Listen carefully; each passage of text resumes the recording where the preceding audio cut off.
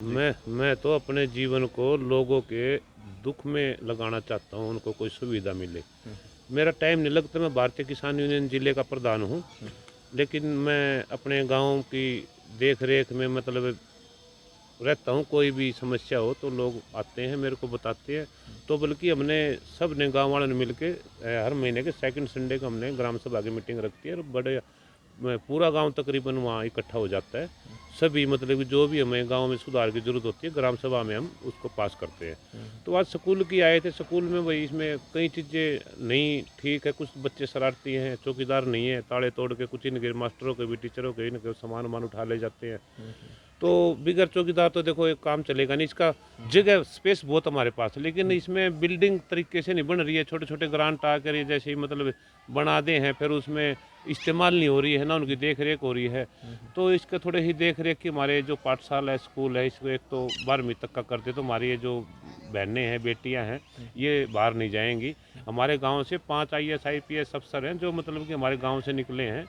तो लेकिन थोड़ा सा सरपंची के लगा ले या कुछ प्रधानी के, लेकिन अब ये जो ग्राम सभा की मीटिंग है, अब इसमें जो भी हमारी ग्राम सभा मीटिंग को मतलब जो भी समस्या पास करती है उसको हम आगे पहुंचा देते हैं।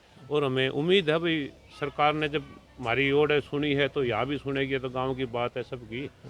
तो मेरी सरकार से भी ये दरख्वास्त है भाई, इस गांव में जो स्कूल है और ये तालाबों का जो निकासी है नाले में डालने के लिए, और जो स्टेडियम है और डिस्पेंसरी है, ये चीज़ें हमें सुविधा दी जाए। मैं सरकार का बहुत बहुत धन्यवाद करूँगा। और भाई इन सुविधा मेरे पूरे गांव को ज़रूरत है। यहाँ से बहुत मतलब कि यहाँ एक स्टेडियम या खेलने का सामान, मैं एक यहाँ बल्कि योगाश्रम भी करने की सोच रहा हूँ, और एक जिम जो मैं अपना ग्राम पंचायत ग्राम सभा से सरकार भी नहीं हेल्प देगी तो योग आश्रम और जिम तो मैं अपने गांव के सहयोग से भी मैं यहाँ चालू करने वाला हो रहा हूँ। बस थोड़ा सा इसमें टाइम लगता है, महीने 2 महीने में इसको अपना योग आश्रम और जिम, ये दोनों चीज़ें मैं युवाओं को, बच्चों को यहाँ एक उनके लिए कोच भी सोच रहा हूँ उनको लाने के, जो उनको शरीर की देखभाल जो मतलब इसको एक्सरसाइज करवा सके। तो जुड़ने को तो बहुत हमारे युवा हैं, लेकिन वो जोड़ नहीं पा रहे हैं उनको लोग। तो मेरी कोशिश रहेगी सारे गांव के बच्चों को हम इनको पूरी सुविधा दे, और इसमें जो सरकार का सहयोग हमें सरकार भी वो सहयोग दे। यही मेरी दरख्वास्त है। राजकीय प्राथमिक पाठशाला शहर मालपुर के अंदर अभी हम वॉकिंग कर चुके हैं और यहाँ पर एक गंभीर समस्या को लेकर मैं आपके सामने रूबरू हुआ हूँ। और यहीं पर हमारे साथ अभी शहर मालपुर से सोशल एक्टिविस्ट जो हैं सोनू मालपुरिया जी भी हैं, जो हमारे साथ जुड़ चुके हैं। और थोड़ा उनसे रूबरू होने से पहले मैं आपको दिखा देता हूँ कि वो यहाँ पर क्यों खड़े हुए हैं, क्योंकि आप ये जो बिल्डिंग देख सकते हैं इसकी यहाँ पर काफ़ी खस्ता हालत है। मैं थोड़ा आपको दिखा भी देता हूँ अंदर से, आप ये देख सकते हैं 2010-11 का ये जो बिल्डिंग है इसका इनॉग्रेशन हुआ था और अभी ये इस हालात में है। और ऊपर से भी आप देख सकते हैं कि कितनी ये डैमेज है। तो अभी सोनू मालपुरिया जी से ही बात कर लेते हैं। सर, क्या कहना चाहेंगे इसके बारे में, स्कूल की ये जो अव्यवस्था है, आपका ये प्राथमिक स्कूल है?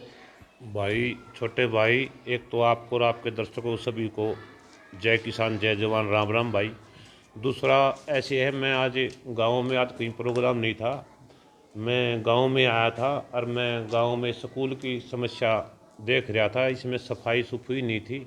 और जो ये बिल्डिंग आप देख रहे हो ना, ये मास्टर जी बता रहे हैं 10-11 में बनी थी ये बिल्डिंग। ये आप देखो सरिये दिख रहे हैं आपको, बिल्कुल मतलब साफ सरिये नज़र आ रहे हैं। ये बिल्डिंग बनने के बाद ये इस्तेमाल नहीं हुई। ये 2 कमरे ये हैं और 2 आ जाओ, आपको इधर दिखा देता हूँ मैं। 3 कमरे ये हैं। यहाँ पर ये देख सकते हैं कि ये भी यहाँ पर 3 कमरे जो और हैं वो सोनू जी हमें दिखा रहे हैं कि उनकी जो हालत है वो बिल्कुल दयनीय स्थिति में है। है इनकी हालत और इनकी स्कूल की जो सिस्टम देख के मतलब बच्चों ने यहाँ पढ़ाना, परिवार वालों ने बच्चों को पढ़ाना भी छोड़ दिया है। यहाँ मैं आप लोग की एक बार पहले मास्टर जी से और मैडम जी से, जो हमारी प्रिंसिपल है यहाँ की, मैं आपसे इनसे बात करवाता हूँ, उसके बारे में फिर अपनी बात रखूँगा जी। हाँ, मैडम जी से करवाता हूँ। तो अभी हमारे साथ प्राथमिक पाठशाला की जो प्रिंसिपल हैं वो भी जुड़ चुके हैं। तो मैम क्या कहना चाहेंगे आप, नमस्कार जी, इसके बारे में जो ये स्कूल की अभी हम यहाँ पर यह व्यवस्था देख रहे हैं, बिल्डिंग इतना डिस्ट्रॉय हो चुकी है। सर ये बिल्डिंग मेरे आने से पहले 2010-11 में बन चुकी है। और उससे पहले भी ये यूज़ नहीं हो चुकी। जिस टाइम से ये बनी थी उसी टाइम से ये बंद पड़ी है। इसमें ना तो बच्चे बैठते हैं, ना इसका कभी प्रयोग हुआ है। जी, तो अभी अगर बात करें स्कूल की स्ट्रेंथ की, तो लगभग कितने बच्चे यहाँ पर अभी हैं? यहाँ पर प्राइमरी में 175 और मिडिल स्कूल में 75 बच्चे हैं। कुल मिलाकर 200-250 बच्चे हैं। राइट। तो अभी जैसे स्टूडेंट्स की अगर बात करें तो उनके लिए मैं देख पा रहा हूँ कि यहाँ पर काफ़ी हवा भी चल रही है और स्टूडेंट बाहर बैठ के पढ़ रहे हैं। तो क्या रूम्स की कुछ प्रॉब्लम आ रही है उनको? रूम की तो सुविधा है जी। बच्चे जैसे धूप में बैठने के लिए भाई धूप सेकते हैं, इसलिए थोड़ा सा बाहर बैठा दिए हैं बच्चे। बाकी तो सुविधा है, बैठने की तो सुविधा है। इन बच्चों को तो बैठने की है सुविधा। अगर मान लो इस स्कूल को अपग्रेड कराना चाहते हैं तो ये स्कूल 10वीं तक या 12वीं तक अपग्रेड होने लायक है, अगर यहाँ पर बिल्डिंग की सुविधा हो जाए। बिल्कुल, क्योंकि अगर मैं देख पा रहा हूँ कि इतना बड़ा गांव है और ये 8वीं कक्षा तक ही स्कूल है, तो कम से कम 12वीं कक्षा तक स्कूल होना चाहिए कि इसको एक्सटेंड किया जाए। और इस तरीके की जैसे सुविधाएं हैं वो भी ज़रूरी हैं, बिल्डिंग्स को भी अपग्रेड करना पड़ेगा। और क्या चीज़ें हैं जो आप अपनी तरफ से ऐड करवाना चाहती हैं, जो रखना चाहें आप मीडिया के माध्यम से? अगर इस स्कूल में सबसे पहले तो अगर चौकीदार हो जाए तो बहुत बहुत बढ़िया होगा। चौकीदार हुआ, माली हुआ, और सीसीटीवी कैमरे की सुविधा हो जाए तो काफ़ी सुधार हो सकता है यहाँ पर। बिल्कुल। तो आप देख सकते हैं कि सीसीटीवी कैमरे की डिमांड भी जो है यहाँ पर जो प्रिंसिपल है उन्होंने रखी है। और मैं स्कूल का जो प्रांगण है वो मैं आपको पूरा दिखाना चाहूँगा कि वैसे तो कैंपस जो है वो बेहद खूबसूरत है, लेकिन समस्या ये है कि लड़कियों को आगे फर्दर एजुकेशन के लिए यहाँ पर बाहर जाना पड़ता है। तो कोशिश और प्रयास ये है सोनू मालपुरिया जी का भी कि जो उनकी गांव की छात्राएं हैं वो 12वीं तक अपने गांव में ही पढ़े, अपने गांव के प्रांगण में ही उनकी शिक्षा कंप्लीट हो। तो इस तरीके की वो पहल के साथ आए हैं और उन्होंने हमारे साथ यहाँ पर ये जो बिल्डिंग की समस्या है इसको भी यहाँ पर उजागर किया है, ताकि फर्दर इस तरीके की कोई समस्या जो है वो भविष्य में बच्चों को ना हो। जी, तो सोनू जी, जैसे यहाँ पर ये खाली जगह पड़ी हुई है, इसको किस तरीके से यूटिलाइज़ किया जाए? यूटिलाइज किया, मैं तो आज ही आया था स्कूल में। ये मेरे चाचा हैं ओम प्रकाश जी, तो बोला बेटा चल स्कूल में चलते हैं। लेकिन देखो जैसे वो लैटरिन है, वहाँ लैटरिन बाथरूम बच्चों का बहुत दूर है जी। मैं चाहता हूँ इसके चारों तरफ बागवानी या पार्क या फूल फाल हो, जैसे मतलब बच्चों को थोड़ा अलग से फील हो, साफ सुथरा सफेदी से। या जो जगह पीछे स्टेडियम की है वो पीछे मैं आपको दिखाऊंगा। वहाँ एक अंदर अपना मतलब कि बच्चे खेलने के लिए वहाँ भी अपना सारी स्टेडियम सुविधा की हो। भी आवश्यकता है। हाँ, स्टेडियम की भी आवश्यकता है, लेकिन स्टेडियम के लिए तो मतलब कि हमने भेज तो रखा अभी है। जैसे राकेश टिकैत ने भी ये बात रखी थी, जैसे यूपी में ये समस्या थी कि जो बच्चे हैं अगर वो भर्तियों की तैयारी करते हैं वो सड़कों पर रनिंग करते हैं, रेस लगाते हैं और काफ़ी एक्सीडेंटल केस निकल कर आते हैं। तो गाँव में बच्चों के लिए कोई ऐसी व्यवस्था है स्टेडियम की? नहीं, मेरे गांव में एक स्टेडियम बहुत ज़्यादा जरूरी चाहिए है, बहुत ज़्यादा ज़रूरी। मतलब कि ये जो स्कूल के पीछे एक थोड़ी सी जगह है, हमने वो पेड़ पूड़ काट के, जब मैं यहाँ सरपंच था तो यहाँ पेड़ वेड़ काट के तो वहाँ पीछे बच्चों का बना दिया था। लेकिन अब हमें वहाँ लिखा है खेतों में जंगल में है हमारे 65 किले, तो वहाँ हमने स्टेडियम के लिए भी लिखा है। और हमारे जो जोड़ है तालाब, उन तालाबों की पक्की व्यवस्था करने के लिए और इस स्कूल को 8वीं से 12वीं का करने के लिए इसमें बहुत जगह है, बहुत स्पेस है, लेकिन यहाँ इस्तेमाल नहीं हो रहा। अगर यहाँ सुविधा जैसे दिल्ली के स्कूलों में देख लो आप, प्राइवेट स्कूलों से बच्चे मतलब अपना एडमिशन निकाल कर अपने इसमें सरकारी स्कूलों में एडमिशन लेने लग रहे हैं। तो मैं तो सरकार से भी यही चाहता हूँ कि भाई हमारे भी ऐसे ही मतलब कि स्कूल ऐसे हों कि भाई मतलब प्राइवेट की जरूरत है ना, सरकारी में सुविधा मिलनी चाहिए। और ये चीज़ हम कर सकते हैं, कोई बड़ी नहीं है, लेकिन ये थोड़ा गांव का भी सहयोग की जरूरत है। अगर ये गांव अपना साथ इकट्ठा होकर, ये टीचर मैडम जो भी है अपने साथ इकट्ठा होकर करेंगे तो हम इस स्कूल को एक बिल्कुल ऐसा नज़ारा पेश करेंगे कि यहाँ बच्चों का पढ़ाई में मन लगेगा। और यहाँ कुछ 2-4 उत्पात करते हैं बच्चे, उनका भी कोई न कोई समस्या का समाधान करेंगे। और वीडियो कैमरे के थ्रू सब कुछ इस पर निगाहें रखी जाए।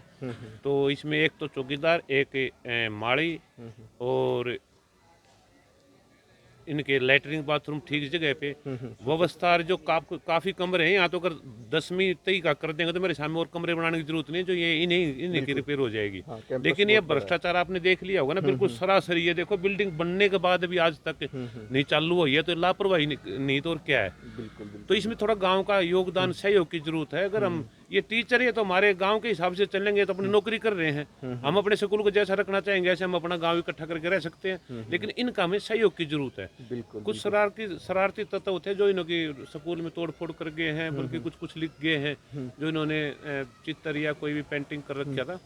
तो एक चीज़ और मैं यहाँ पे नहीं देख पा रहा हूँ, जैसे मैं अगर जींद के स्कूलों में वॉक इन करता हूँ तो वहाँ पर जिमिंग इंस्ट्रूमेंट्स लगे हुए हैं। आपने भी देखा होगा कई स्कूलों में जिम का जो सामान होता है वो रहता है बच्चों के लिए, जिसमें वो एक्सरसाइज करते हैं, तो वो चीज़ें भी यहाँ पर मौजूद नहीं है। नहीं, जिम का तो हमारे थोड़ी लापरवाही हो रही है। जिम का तो मैं तो अभी थोड़ा अब ध्यान देने लगा हूँ। अब आप आगे आओगे ना तो इस स्कूल का कुछ दशा बदलेंगे।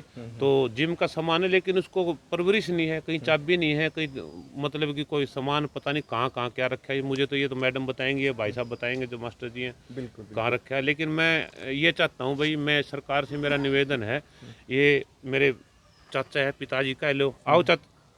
तो अभी यहाँ पर जो बुजुर्ग हैं हमारे साथ वो भी जुड़ चुके हैं, तो क्या कहना चाहोगे बाबूजी इस व्यवस्था के बारे में? मैं आपके व्यूअर्स को तहे दिल से सलाम करता हूँ, नमस्कार करता हूँ। जैसा कि यहाँ के प्रिंसिपल ने बताया कि बच्चों की स्ट्रेंथ 250 है नियर अबाउट। इसमें को एजुकेशन है यहाँ। हर गांव चाहता है कि उनकी लड़की बाहर गांव से बाहर पढ़ने ना जाए। तो हमने तो ये सोचा था हमारा भाई है, अगर जो वो जिस तरह वो प्रयास कर रहा है इस गांव की तरक्की के लिए, अगर जो इस स्कूल को अपग्रेड कराने में उनका योगदान हो जाए तो मैं तहे दिल से और ये गांव सारा तहे दिल से मुख्यमंत्री और सभी का स्वागत करेगा ये गांव। क्योंकि तो आप देख सकते हैं कि अभी सोनू मालपुरिया जी सोशल एक्टिविस्ट हैं, वो स्कूल के प्रांगण को जो उनके गांव के अंदर ही है उसे खूबसूरत तरीके से सजाना चाहते हैं। ये जो खाली जगह है उसमें एक पार्क की व्यवस्था हो, फूल लगे हुए हों, टॉयलेट्स की यहाँ पर एक प्रॉपर सेटलमेंट हो जाती है, और जहाँ पर ये जो बिल्डिंग्स आप देख रहे हैं इनको प्रॉपर तरीके से अच्छे से एस्टेब्लिश किया जाए, ताकि जो फर्दर अगर स्कूल को एक्सटेंड किया जाता है तो यहाँ पर जो सारी सुविधाएँ हैं वो बच्चों को मिल सके। तो कैंपस में कोई कमी नहीं है, आप देख सकते हैं, बस एक दिशा देने की ज़रूरत है, और उसमें हमारे जो ये सोशल एक्टिविस्ट सोनू मालपुरिया जी हैं वो लगातार प्रयासरत हैं गांव को दिशा और दर्शन देने के लिए। तो अभी प्राइमरी हेड राजेंद्र कुमार जी भी हमारे साथ जुड़ चुके हैं। राजेंद्र जी क्या कहना चाहोगे? सर नमस्कार जी। प्राइमरी इंचार्ज होने के नाते मेरे स्कूल में अनेक ऐसी सुविधाएँ हैं जो कि सरकार के द्वारा समय समय पर दूर भी हुई है, लेकिन अभी और भी हमें आवश्यकता है कि इसमें सबसे पहली आवश्यकता हमें चौकीदार और स्वीपर की है। इसमें स्वीपर और चौकीदार न होने के कारण अव्यवस्था सफाई की रहती है जी। दूसरी बात है बच्चों स्कूल में बढ़ने के कारण हमें टॉयलेट की बहुत आवश्यकता है। समय पर हमने सूचना भी डाली हुई है बीओ साहब के पास भी, और जेई साहब ने विजिट भी की है। इन कमरों की जो कंडम हालत है वो 2010 में बने हैं, उपयोग नहीं होने के कारण ये ऐसे ही बंद के बंद है, और इसकी जो जर्जर हालत है उसी टाइम से है। मैं यहाँ 2016 में आया था, 2016 में भी ऐसी हालत थी। हमने इसके बारे में लिखा भी हुआ है जी। तो जैसे आप 2016 में यहाँ पर आए थे, तो 2016 से अब 2022 है, तो विद्यार्थियों की संख्या बढ़ी है या घटी है आपके स्कूल? 2016 में यहाँ संख्या थी 114 बच्चे और फिलहाल है 165 बच्चे हमारे पास। तो आप समझ सकते हैं कि जो तालीम है वो यहाँ पर अच्छी दी जा रही है। तो सर, हम जैसे कई गवर्नमेंट स्कूल्स के अंदर वॉक इन करते हैं तो समस्या ये आती है कि कुछ पेरेंट्स की समस्या ये रहती है कि वहाँ पर प्रॉपर गाइडेंस नहीं रहती टीचर जो है वो अनदेखी करते हैं बच्चों की। इस वजह से कुछ पेरेंट्स गवर्नमेंट स्कूल में अपने बच्चों को भेजना नहीं चाहते। इसके बारे में क्या कहेंगे?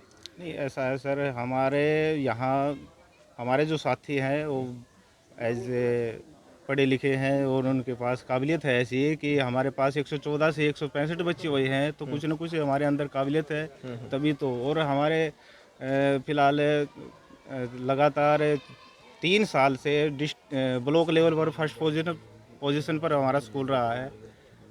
और आगे भी हमारी कोशिश है कि पढ़ाई के मामले में और सफाई के मामले में भी नंबर 1 रहे। बच्चों की खेलने की व्यवस्था हो तो इसके लिए झूले की और झूले जहाँ लगे वहाँ ब्लॉक टाइल का इस्तेमाल हो, तो जैसे सफाई भी अच्छी तरह हो जाए उनमें, और